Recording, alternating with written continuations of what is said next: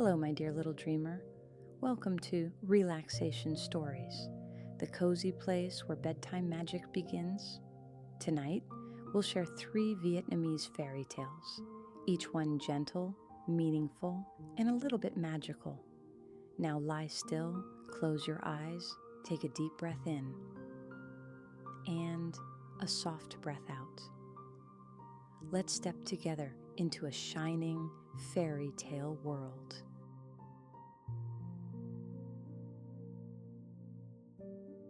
Tale 1.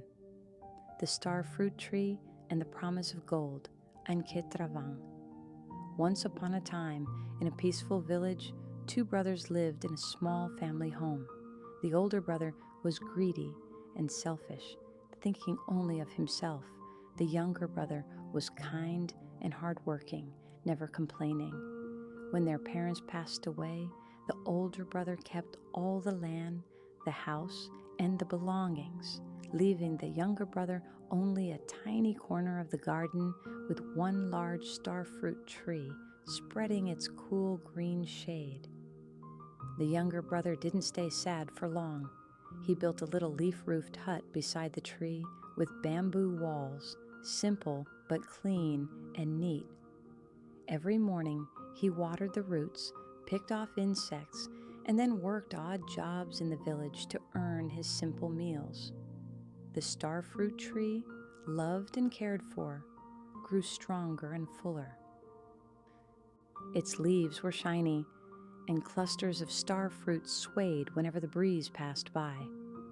When starfruit season came, the fruits turned golden and fragrant, their edges glowing a soft green.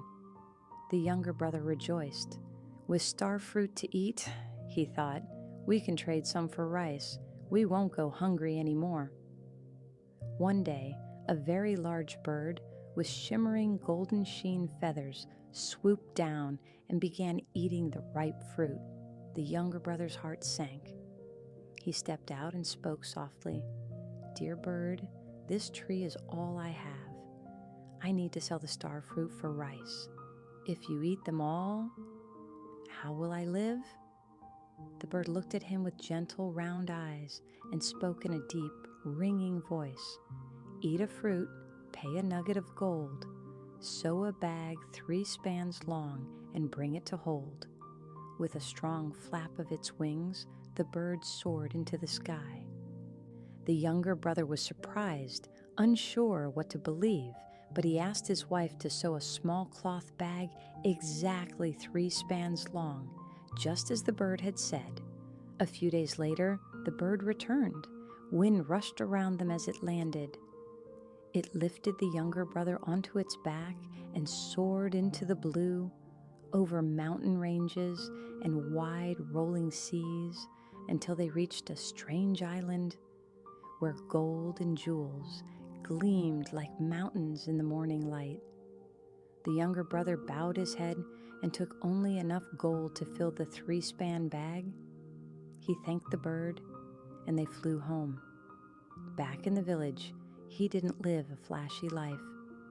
He repaired the hut into a modest, sturdy home, kept enough to live on, and quietly helped the poor, those who were sick, hungry, or in trouble. News reached the older brother. His eyes burned with envy. He came pretending to be sorry and kind. "Brother," he said, "let's trade. Give me the starfruit tree, and you can have all the land and house I kept." The younger brother agreed, happy to make peace. When the starfruit ripened again, the great bird returned and spoke the very same words. "Eat a fruit, pay a nugget of gold, sew a bag 3 spans long, and bring it to hold." But the greedy older brother forced his wife to sew a bag 4 times bigger, 12 spans long.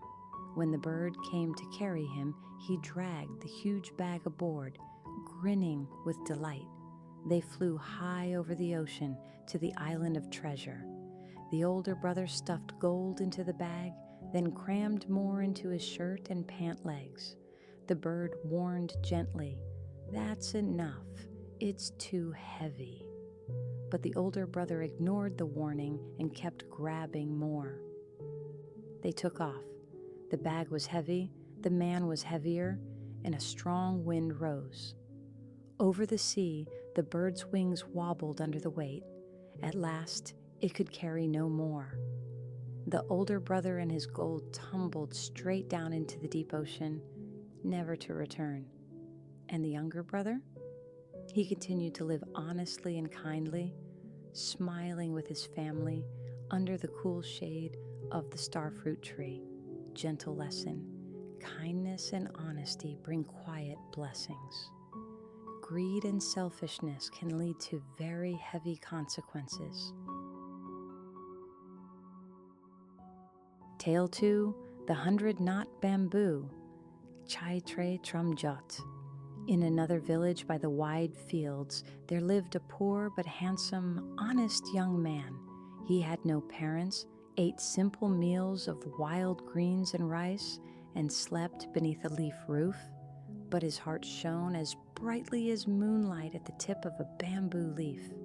In that same village lived a very rich, very stingy landlord, white beard, shuffling steps, and clever fox-like eyes. He wanted a worker who would labor for free while still feeling grateful. He looked at the young man and thought, "This one seems honest. If I make a sweet promise, I won't have to pay him at all." So he called the young man and laughed, "If you work hard for me for 3 full years, never lazy, never complaining, then when the time is up, I will let you marry my beloved daughter." The young man's heart warmed. He owned nothing, but the thought of a small home and a loving wife filled him with hope. Day after day, he rose before dawn to carry water from the stream, to plow and plant, harvest and herd, chop wood, tend vegetables, and mend the chicken coop. 3 long years, through rain and cold, hunger and heat, he never complained. Each night, he sat quietly under a tree, watching the moon mark the months with its silver light. At last, the day came. He washed his face, put on his one neat shirt, and went to the landlord with bright, trusting eyes. "Sir, the 3 years are finished." The landlord stroked his beard and said slowly, "Yes, you worked hard, but I have one last condition. Bring me a bamboo with exactly 100 knots. We'll use it to make chopsticks for the wedding feast." The young man was startled, but without doubting, he bowed and went into the forest. He searched for days, chopping bamboo and counting each knot. 1, 2, 10, 50, but none had 100. The sky darkened, the forest hummed with crickets, his hands blistered, his feet ached, and still, no 100-knot bamboo. At last, he sat on a rock by a small stream and wept like a lost child. Why would someone trick me when I worked with all my heart? From the trees, a kind pair of eyes had been watching. An old man with a long white beard, a faded indigo robe, and a bamboo staff. He came close and spoke in a voice like warm wind through the forest. "My child, why are you so sad?" The young man told him everything. The old man smiled gently, as if he already knew. "Then cut exactly 100 bamboo knots and bring them here. I will help you do what no one else can." The young man hurried to do it, and by sunset he had a pile of 100 knots. The old man nodded. "Now stand and say this 3 times. Kaknap, kaknap, kaknap." The young man repeated the words. At once, a soft light spread, and the bamboo knots wiggled and clicked, joining themselves into a tall, straight bamboo with exactly 100 knots. The young man's eyes widened. "But it's so long. How can I carry it?" The old man chuckled. "To take it apart, say, kak swat, kak swat, kak swat." The moment the words were spoken, the bamboo gently separated into tidy bundles. The young man bowed to thank him, but when he looked up, the old man had vanished like silver mist into the green forest. He carried the bamboo back to the village. But as he entered, he heard music, drums, and laughter. The landlord was marrying his daughter to someone else. The young man said nothing. He placed the bamboo pieces in the courtyard and called out firmly, "Kaknap, kaknap, kaknap." Boom, clack, shine! The bamboo snapped together, tall and dazzling, right before everyone's eyes. The landlord panicked. Before he could speak, thump! He stuck to the bamboo and couldn't move, his eyes wide, his voice squeaking, "Help! Help me!" The young man said softly, "Kaknap mot, join one." The helper who rushed in stuck fast to the bamboo, then another and another. Soon everyone trying to pry him off was glued to the bamboo too. The landlord whimpered, "I'm sorry. I was wrong. I will let you marry my daughter. I promised never to trick anyone again." Only then did the young man fold his hands and call out, "Kakshwat, kakshwat, kakshwat." At once, everyone came free, stumbling back with a huge sigh of relief.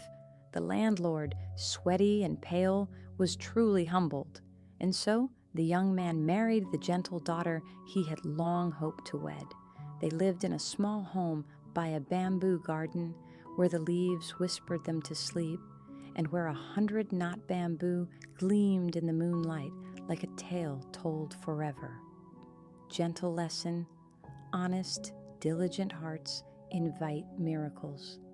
Trickery may be clever, but it always has a cost. Tale 3, Tich Chu and the Water of the Fairy Spring. Chaobei Tich Chu. Long ago, in a tiny house by a whispering forest, lived a grandmother and her grandson. The boy's name was Tich Chu. He had lost his parents as a baby, so grandmother raised him, cooking, sewing, and watching over every dream. At dawn, when mist still touched the fields, she quietly cooked porridge and waited for him to wake. At noon, under the burning sun, she picked vegetables and kept the fire going, sweat soaking her faded shirt. At night, when Tich Chu slept, she fanned him softly. Even her sighs were gentle as a lullaby. A neighbor once whispered, her love for Tich Chu is higher than the sky and wider than the sea. He will never forget. But time passed. Tich Chu grew bigger and also more careless. He ran and played all day, chasing butterflies, climbing trees, flying kites, while Grandma grew thinner and weaker, still carrying water, cutting grass, and doing heavy chores. One noon, the sun blazed like fire, and the wind wouldn't blow. Grandma, tired and underfed, fell ill. Her forehead burned, her hands shook. In a feverish whisper, she called, "Tich Chu, please. A sip of water? I'm so thirsty." But Tich Chu didn't hear. He was far away, chasing a golden butterfly across the hillside. She called and called until her eyes blurred. And then, in the quiet glow of afternoon, she changed into a small bird, rose softly into the air, and flew away in search of water. When evening came, Tich Chu returned to a silent house. "Grandma? Grandma, where are you?" Only a bird's gentle cry floated in the sky. "Cook, coo. I was too thirsty. I had to fly away to find water. I cannot come back." Tich Chu fell to his knees, crying, "Grandma, please don't go. I'm sorry. I'll bring you water. I'll take care of you. I won't run off to play anymore." The bird's voice faded. "Cook, coo. It is too late, my child." Tich Chu sobbed as the leaves drifted down like tears. Then a soft light filled the room. A fairy with hair white as clouds appeared and spoke kindly. "Tich Chu, if you truly regret your mistake and want your grandmother back, bring water from the fairy spring. The road is long and dangerous. Do you dare to go?" Without a moment's pause, Tich Chu nodded. He grabbed a small flask and set off. He crossed deep forests with heavy branches, climbed hills and rocky passes, waded rivers, scraped his knees, and grew very tired. But he did not give up. Day after day, he journeyed on until he reached the fairy spring, its water clear as crystal. He filled the flask, held it close, and ran through the night without resting. At dawn, he placed the flask below Grandma's bird nest and cried, "Grandma, please drink. I brought you the water. I'm sorry. I miss you so much." The little bird fluttered down and sipped once, twice, 3 times. A bright light bloomed, and right before Tich Chu's eyes, Grandma returned, her kind face, her silver hair, her warm, familiar voice. "My dear Tich Chu." The boy hugged her tightly, laughing and crying all at once. "Grandma, I promise I'll take care of you. I won't run off anymore." From then on, Tich Chu woke early to cook porridge, sweep the floor, gather vegetables, and massage Grandma's back each evening. They lived happily together in their little house by the green forest. Gentle lesson. Love your grandparents and parents while you can. Kindness given today is a joy you keep forever.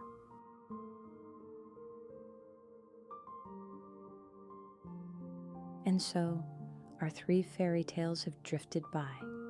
The bird of gold and the starfruit tree, the 100-knot bamboo and a promise kept, and the boy who brought dream water home to his grandmother. Now, close your eyes, breathe in and out. Your hands and feet are relaxing.